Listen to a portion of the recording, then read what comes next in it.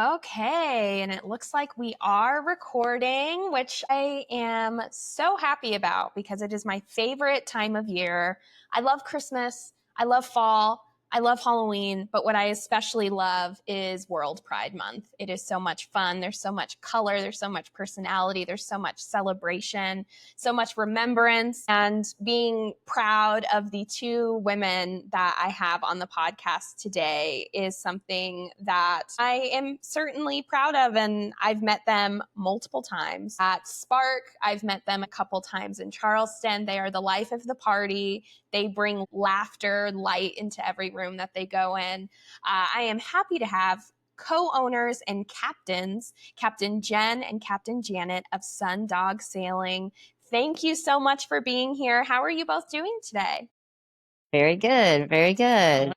Yeah, thank you for having us today. Of course. Like I said in the intro, I'm just so excited to have you on this episode of Growth Powered by FareHarbor. We at FareHarbor really love celebrating Pride. And I was like, I should really like to highlight some queer owners that utilize FareHarbor on our podcast this month. And I was like, who has a great personality, who's super funny, and who has an awesome boat that many of my team members have been on before?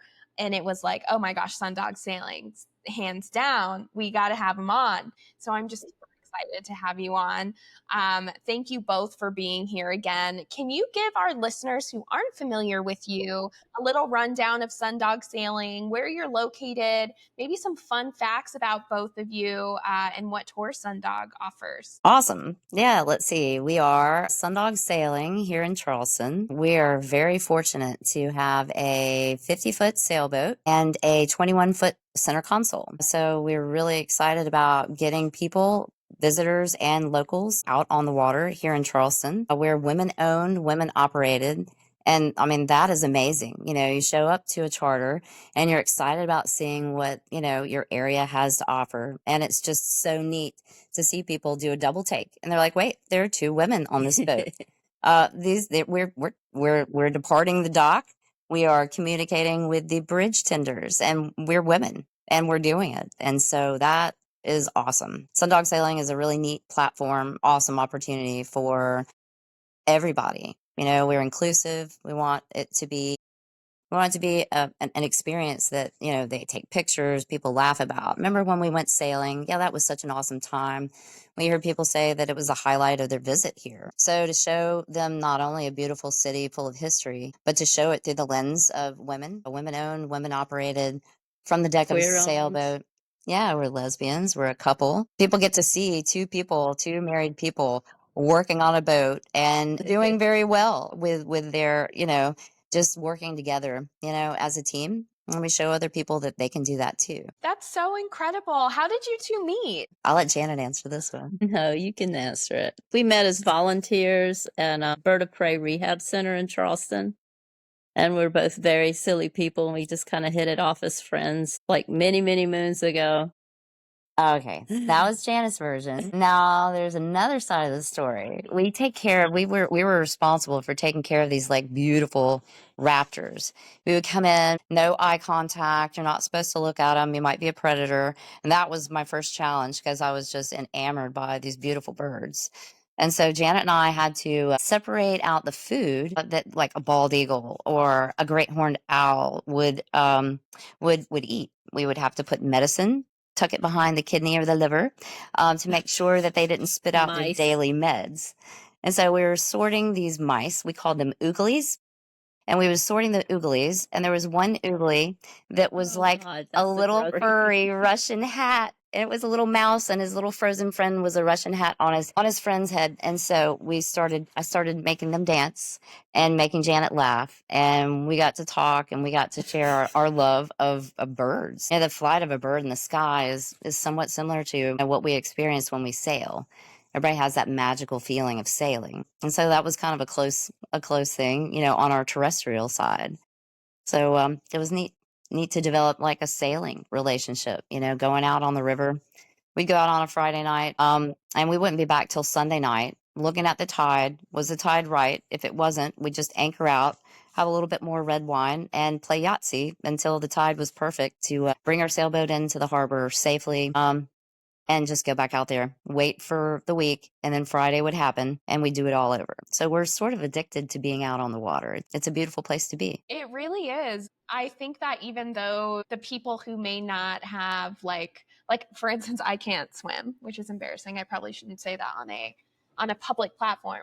But people like me who are so scared of the water, it is so comforting when I do tours in my line of work that are on a boat of some kind or a canoe or a paddleboard, and my guide or my captain is just so I feel so safe. I feel so like incredibly taken care of.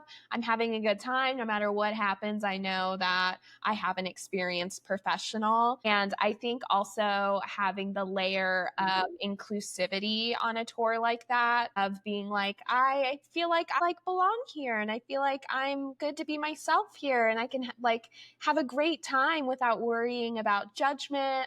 I can just be who I am. I think that's a really freeing feeling that unfortunately not everyone gets to feel like they can be their authentic selves all the time. And maybe the only point they get to have that type of experience is on vacation. So I think what you provide is really special and exciting in that way. My next question for you is, it sounds like you have this deep passion for the water and for sailing.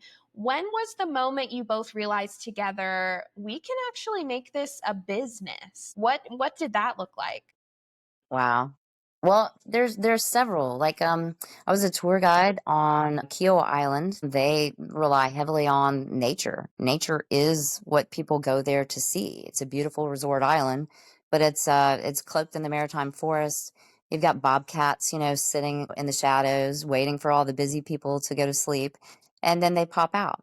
So doing like night tours, watching sea turtles, taking people and sharing with them the magic of the sea turtles that nest on our barrier islands here. Just the platform turned into not a bicycle, not walking, but like, wow, on a sailboat. That's a whole nother level of nature. And it's amazing. I mean, the number of people that have gone out with us that have not been sailing before, um, that's kind of critical. You have to make sure that everybody feels comfortable and that the anxiety. You watch people; they sit at the beginning of the trip and they're a little stiff and they're formal and everybody's there. And, within minutes, I try to make people as comfortable as they can be and make sailing, if this is their first experience, something they can remember as a positive thing.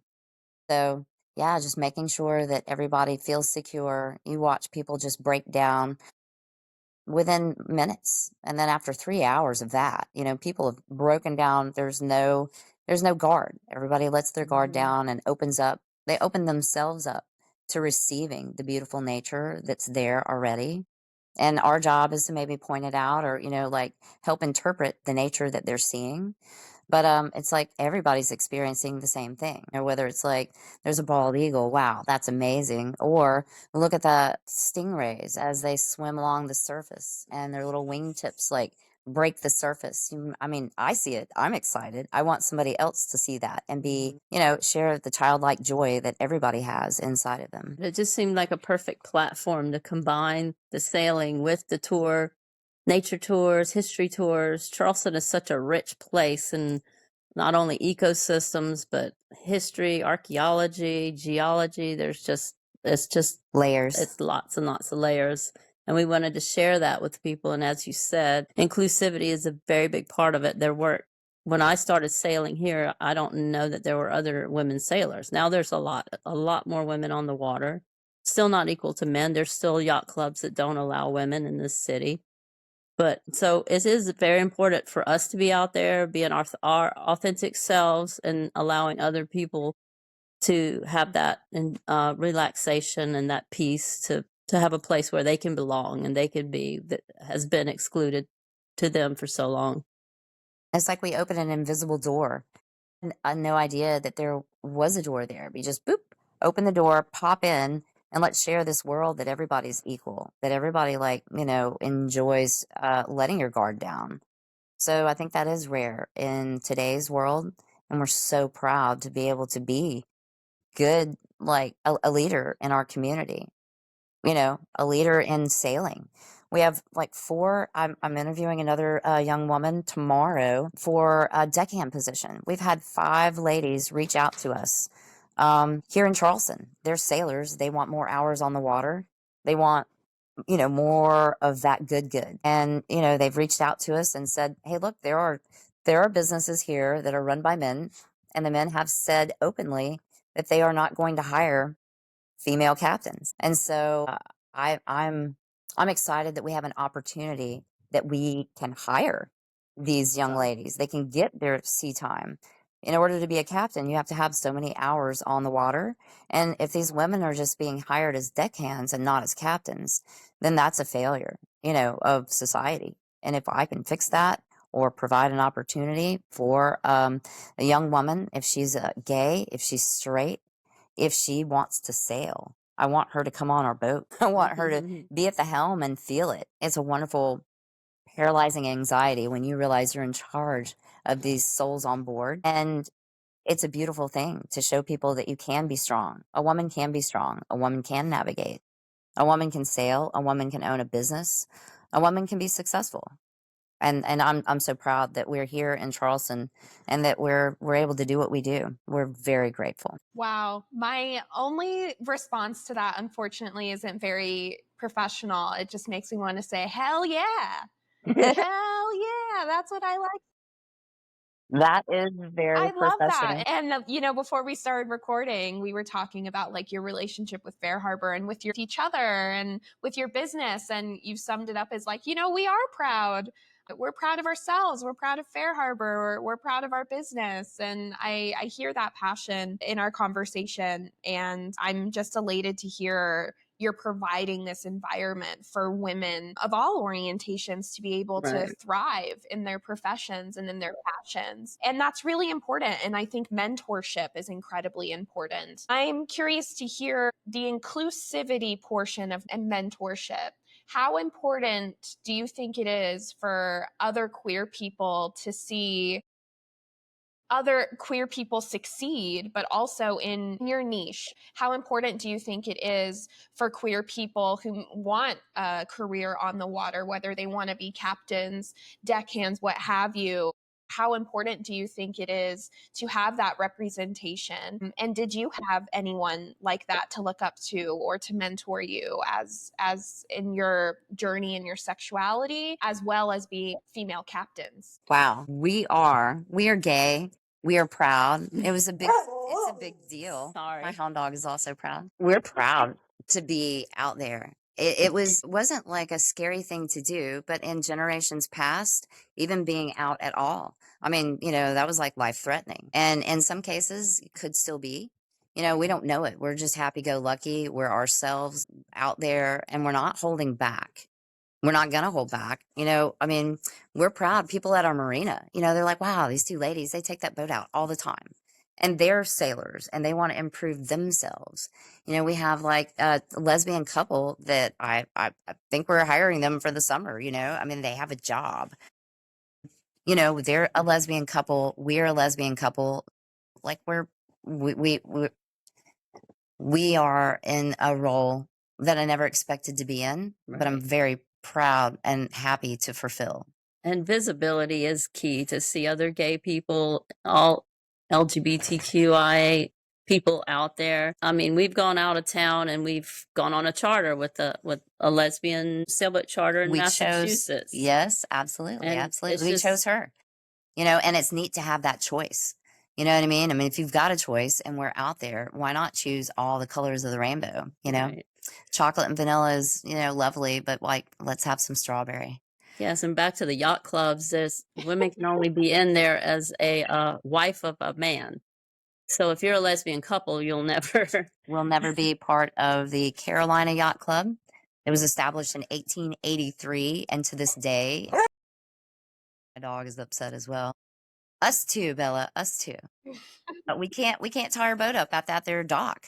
We can't have access. We just watched a beautiful interview. I don't know if you're familiar with Cole Brower, but she's a 30-year-old young lady that has sailed around the world. She was the first woman. American woman to sail nonstop around the world, and she She won. She won a race. She won. And she had an experience here in Charleston, I think one of the yacht clubs. I don't necessarily need to say their names, but she was kicked out because her boyfriend, she wasn't married to him, and that he wasn't present. And it's just important. That's why we chose to buy our boat, to start our own company, instead of trying to work with other people and having the same stories the women are telling us. We'd just be a We're deckhand. just like, we're going to do it ourselves. We're going to do it our way, and we're going to include everybody's welcome. That's the difference, that everyone is welcome. Right. All right. Yeah, and this is 2025. I mean, we're like role models. We're setting trends here in the South, in this United States of our America, and we are in the South of it. And I mean, like opportunities for young women sailors up north, maybe they don't have the same challenges. So I didn't realize that we picked a battle here in Charleston. It seems to be a battleground for more than just, rights. It's rights for everybody. Everybody is equal, should be seen as equal, and that's our main job, is to show equality and strength. Equality and strength. Absolutely. Wow, that's really powerful. And thanks for sharing that with me. In that power and strength can come a lot of, I think it takes time to get there. As a queer person myself who comes from an area where it was difficult to know, like, oh, I'm not like weird, like this is queerness. And I'm okay. And it's okay to say that out loud. And it's okay to, like, for me, that my queerness was rooted in surrounding myself with other queer people and being like, oh, I'm not alone. And that was a real blessing to me as a young woman growing up, especially in my younger 20s. I'm interested to know, like, how did finding your love of sailing help you find your power, help you find your pride? How did the water really nurture those parts of yourselves? I'm interested in Janet's response. Well, it's like our own little island. We are on this boat, and we create the environment that we want, that we maybe haven't seen, and we didn't have role models. So we have to take that on ourselves, and we're, creating our own environment, and hopefully inspiring other people of all diversities, and all queer people, all races and genders, and just let's all just go together and enjoy sailing. Yeah, sailing is a platform that, like, once again, it breaks down barriers. And so, I mean, you break down your own barriers. I mean, how many gay people in their lives have questioned being here at all? I mean, do we want to even be on this island? Like, it's a club. Do you want to be in it? And this is such a valid place to be in. There's so many beautiful things there's so many great reasons to be here. And so, like, being gay isn't a bad thing. It's not something for self-torture. You should be proud of who you are. And seeing other people proud of themselves facilitates your own pride. You're Right. like, wow, that makes me proud. Why did that make me proud? Don't even realize that you needed that. You have no idea that you just needed that strength. And so sailing, it just like it calls on a lot of strengths. You can't cry if you're 60 miles offshore and the boom breaks. I looked at Janet. Well, maybe we did cry a little bit, but we did put on our big girl sailing pants, and we stood right up there, and we hand sailed our sailboat in a storm 19 hours back to land, and that was amazing. We looked at each other. We didn't get fussy. We just knew that our vessel would take us home. And if you have your strength inside of yourself, your vessel's driving every day. You're making choices. You're making gay choices. You're making straight choices. You're making choices. And, I mean, like, we want everybody to find their own inner strength. That's important. That's important for everybody, all of our diverse, beautiful selves. We're the color of a rainbow. And, you can't have a rainbow without every single color in it. It's not a rainbow, it's just monotone. And that kind of gets boring. So we provide a choice, we provide a chance to express ourselves and for other people to express their selves. Everybody's got a little sailor girl in there, We all want to be big sailor girls. And so to put on your pants and wear them proudly, let's be gay and let's sail, We're strong women. We're showing other people how to be strong, and they're doing it. These women are reaching out to us, and we are so pleased and so honored. kind of shocked. It's like a new pair of shoes. It's like, how do you wear these shoes? How do you be a mentor? Don't put a lot of pressure on yourself, but just be your true, genuine self. Everybody's got a beautiful self in there, and we should rejoice and share that pride. Yes, it's a spiritual experience to be out there sailing. Yeah.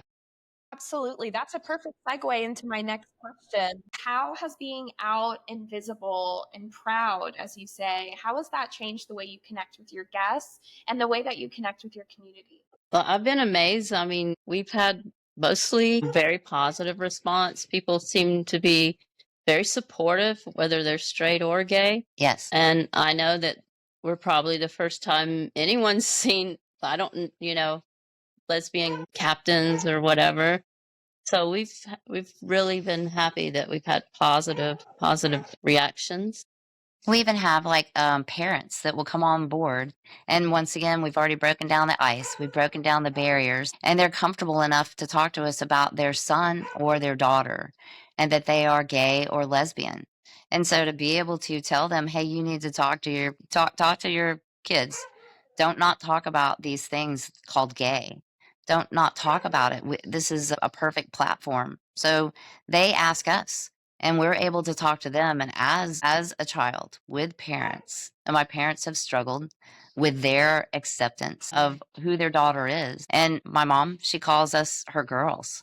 She loves us. And I am so grateful to have accepting parents and to be able to be a role model in that way, to talk to the parents, to their side of it, their kids up front.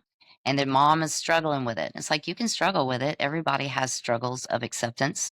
But why not find love and find a way to talk to them about it, that it's perfectly acceptable to be a gay person and be a beautiful color in the rainbow, and that we should shine brightly. And you shouldn't diminish or shade out or snuff out or put it back in the closet. Talk to your kids. Kids, talk to your parents. Like, let's be honest about who we are. Be proud of who we are. It's nothing embarrassing. It's a beautiful thing to be a color of the rainbow. Absolutely. Can you speak to why it's so important to support queer owned businesses, not just during Pride Month, but any day of the year? Always. Yes, we'd love to see examples and like visibility of other businesses out there, and makes us feel good to support those businesses. And Yeah, we choose them. You know what I mean? I mean, sometimes it's neat, once again, to like be looking at the menu of, hey, here's some tours. And then I read about, and who's giving the tour. And that's just as important as the tour itself. The dates of history are wonderful, but like the person providing that information, you want to connect with your tour guide. You want to see yourself as, living and understanding what this person is trying to show us, a tour through whatever.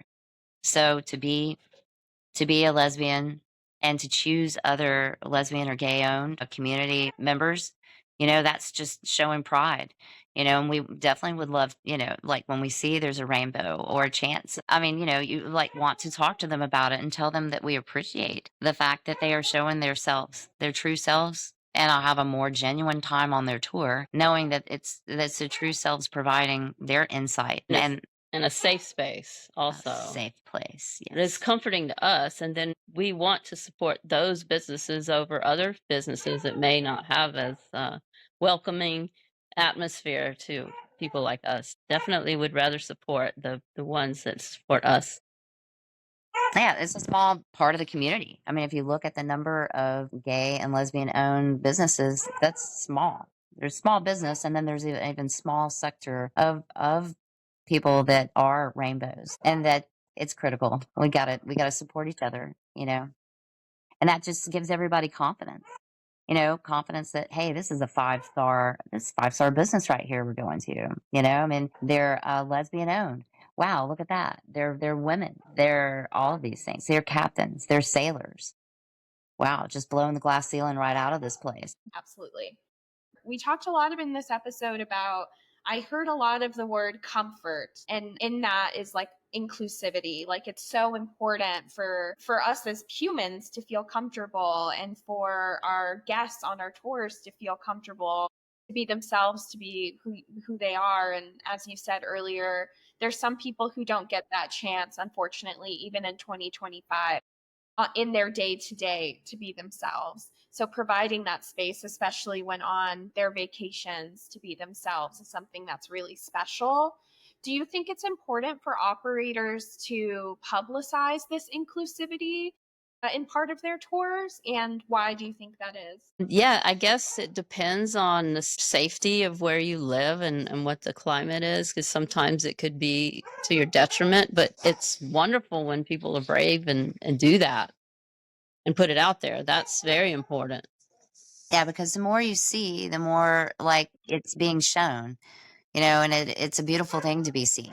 It's just, it is. You like look and say, hey, look, I can go there. I can be myself. I can ask questions. If you're curious or whatever, let's show the community that we are beautiful leaders, we're educators, we're sailors, we're captains, we're lesbian. Those are all wonderful things to say about a person. They People should see that and recognize that. And the more they see it, the more they say it, and the more they do it, and the more they can become it and be proud of who they are. Absolutely. Speaking of proud, at the end of every episode, I like to ask all of my operators. It's interesting because, especially if I have a female guest, it's so hard for me to get them to brag. So I like to call this my not so humble brag and ask, what are you most proud of? And if you want to make it, I know it's special that I have like a couple on the podcast. So I think maybe it'd be fun for you to say what you're proud of for each other and maybe yourselves as well. And it can be personal, professional, whatever you feel comfortable. But I would love to know what is your not so humble brag in one another and in yourself. We are dos capitanas. You're not even supposed to have bananas or women on a boat. And you got two ladies that are just so enthusiastic about what they're doing that you don't forget. I mean, just like, don't even make it a thing. Wow, there's a bunch of bananas. And hey, wait, there's two lady captains. So, I mean, we sailed to Cuba. And when we pulled up to the customs like dock, everybody was chasing our friend around and going, Capitan, Capitan. And he's like, no, Capitanas. We're two women. We sailed to Cuba. And even Cuba was like, wait, what are these two women doing driving this boat? And also, what are these bananas doing? So, I mean, we're beautiful people. We're so proud of ourselves. We're proud of the ladies that are wanting to work with us and work for us and make it still the number one, the best sailing charter in Charleston, women owned, women operated, and Queer owned, queer operated. that's it. And We're proud. Everyone is welcome. Very inclusive, very inclusive. No age restrictions, no rainbow color restrictions, just everybody who wants to go sailing. Let's get out there on the water and let's like share this a beautiful place because you're only on Earth once, so we might as well have a good time while we're here and let's go sailing. I love that. Thank you for sharing that. Well, thank you both so much for being on. From smiling, my cheeks hurt. I know. Thank Well, you. we And love you so much. here. Yeah, you guys have good energy. Thank you. And I think that what you're doing comes out of a place of so much, yes, pride, but also so much joy. And I think that queer joy is so incredibly important to publicize and to show. And for those who are listening, I hope that listening to this episode brings you comfort in what brings you joy and makes you proud of who you are, no matter who you are, no matter how you identify. And if it sounds like I think I can speak for Sundog Sailing. If you need a place to be yourself, it sounds like the boat's open for you. And I'm so glad that it is. And I hope I can find myself on it somewhere soon. So thank you Yes. so much, Yes. Captain. Thank you so much, Captain Jen, for being on. I'm just elated to have you here and I can't wait to see you again, hopefully at Spark this year. Thank you all for listening. You can find us wherever you get your podcasts. You can watch this episode and many more on YouTube. If you enjoy the episode, please leave us a great rating, maybe a comment as well of your favorite queer businesses. I forgot to ask you both if you want to shout out your favorite LGBTQIA plus charity. I would love to also include that on the episode if there's one that calls to you. Well, I've always loved the Trevor Project because we all know what the struggle's like when we're growing up queer in a small town or a small southern town or a wherever you are in the big city, it's just a challenge. And I've always supported Trevor Project, PFLAG, and many others, Human Rights Campaign. So there's so many. We have a local group here called We Are Team Jake. They're not exclusively LGBTQ, but they are all representation, anti-suicide. Perfect. That's amazing. I'll be sure to include all those links in the description to donate to those. I especially am a huge fan of the Treasure Project as well. Thank you so much for sharing that. Thank you again for being here. Thank you all for listening. I'll be sure to catch you next time, and I hope you guys have a great day. Thank you, captains. It was Thank lovely you. having you. Thank you Thank so you, much. Rebekah. Happy Pride Month. Happy Pride.